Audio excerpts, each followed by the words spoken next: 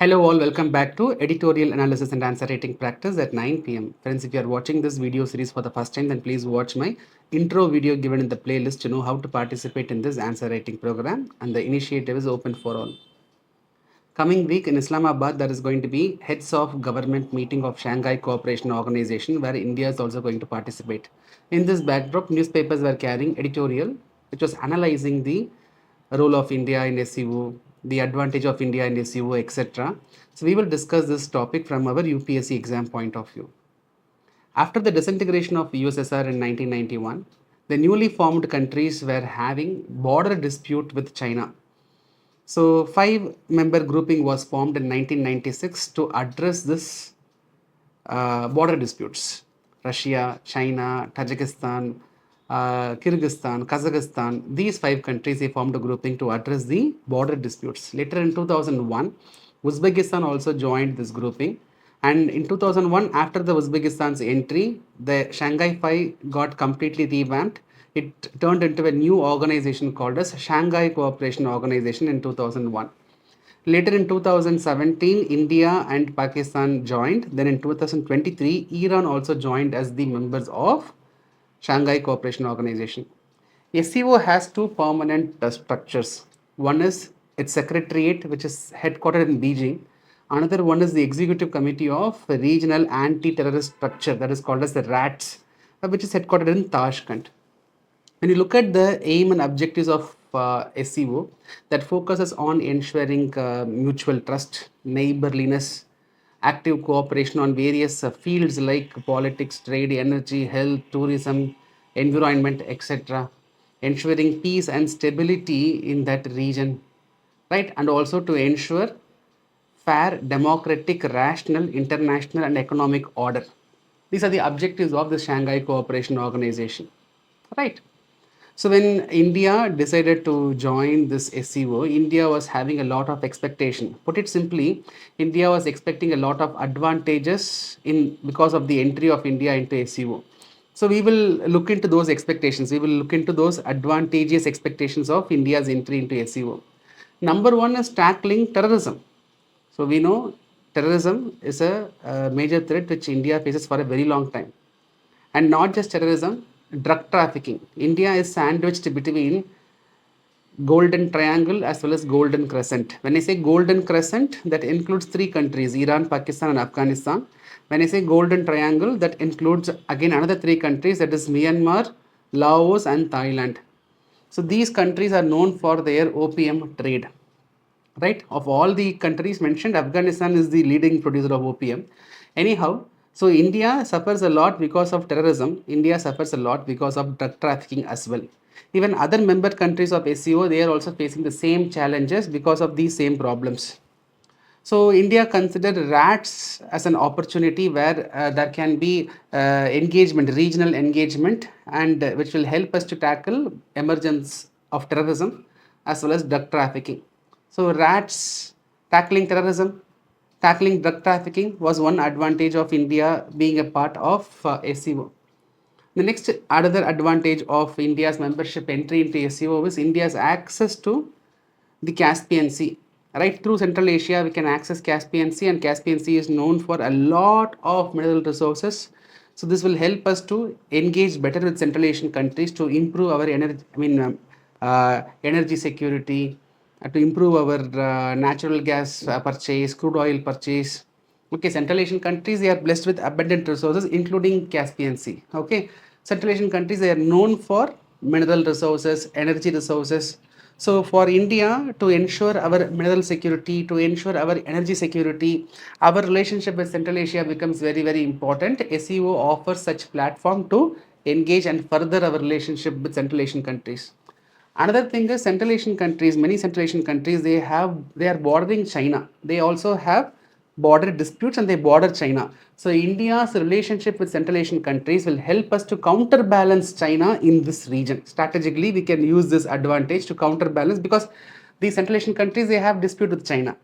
Okay, so strategically, our relationship with the Central Asian countries can counterbalance the powers of China in this region, right? Apart from that, there's a perception that India is more tilted towards west, right? So our entry into SCO can address that perception. So we wanted to remain more multi-aligned.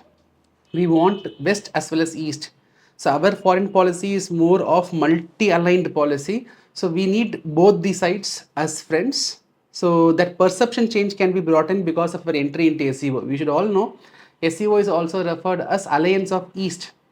So we are one side close with West, another side we make use of opportunity to counterbalance our interest in the East as well, right?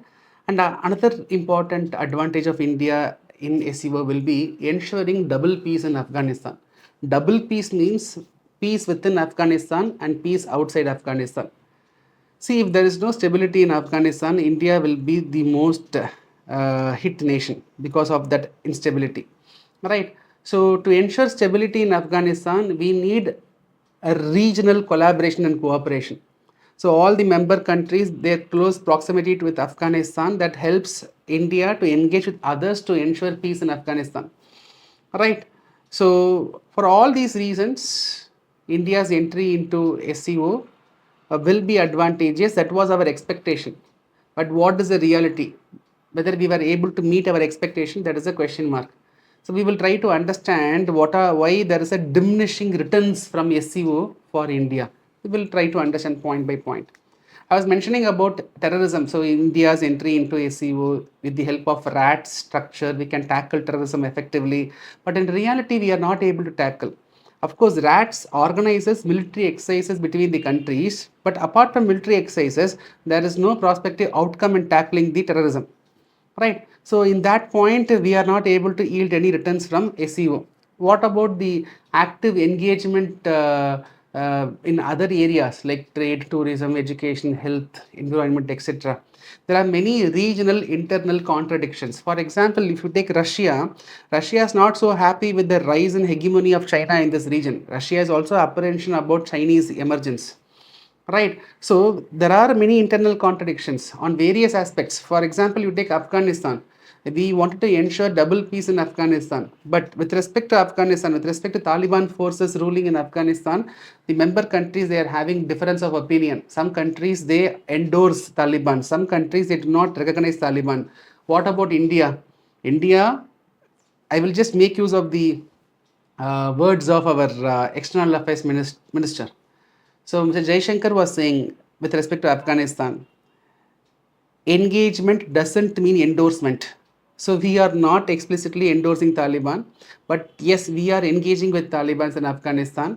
So India's stand is something different, other countries' stand is something different. So in Afghanistan, there is no proper consensus, right? China, Russia contradictions. Terrorism, we are not able to make effective use of uh, the SEO. Okay, the rats, we are not able to make use of rats and tackling the terrorism. And also with respect to the Belt and Road Initiative, India is opposing the Belt and Road Initiative of China, but however, other member countries, they are actively supporting the Belt and Road Initiative. Right. Another problem is presence of Pakistan, like how Pakistan was stopping all the efforts of India in the SARC. Okay, since 2016, we are not able to see any meetings of SARC. We are not able to see any progress in SARC because of Pakistan.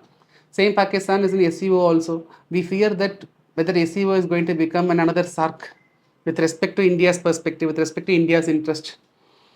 Right. So that is another problem. And the growing relationship between Pakistan and China is also a threat for India in advancing its interest in SCO. So because of these reasons, we are seeing diminishing returns from Shanghai Cooperation Organization for India. So what is the need of the hour? The need of the hour is to have some reforms in the working of SCO. We need to ensure there is a proper collaboration and engagement between the countries and there is a proper consensus in achieving certain important objectives. Right? India has its own democratic values and India is having a lot of strategic interest in this region. So India, to make SCO work, India has to advance its voice. India should be active in shaping the directions of SCO by proposing reforms. That is what we can expect. So let's see how SCO is going to be in future. Anyhow, I hope you got some clarity on this topic which we discussed today. Now, based on our discussion, I will give you a question. Internal contradictions within the Shanghai Cooperation Organization pose a risk of rendering it defunct, much like what happened to SARC. Discuss. This will be a 10 marker question, so you plan your answer for 150 words. Right, friends, tomorrow I will see you with another interesting editorial. Till then, bye. Take care.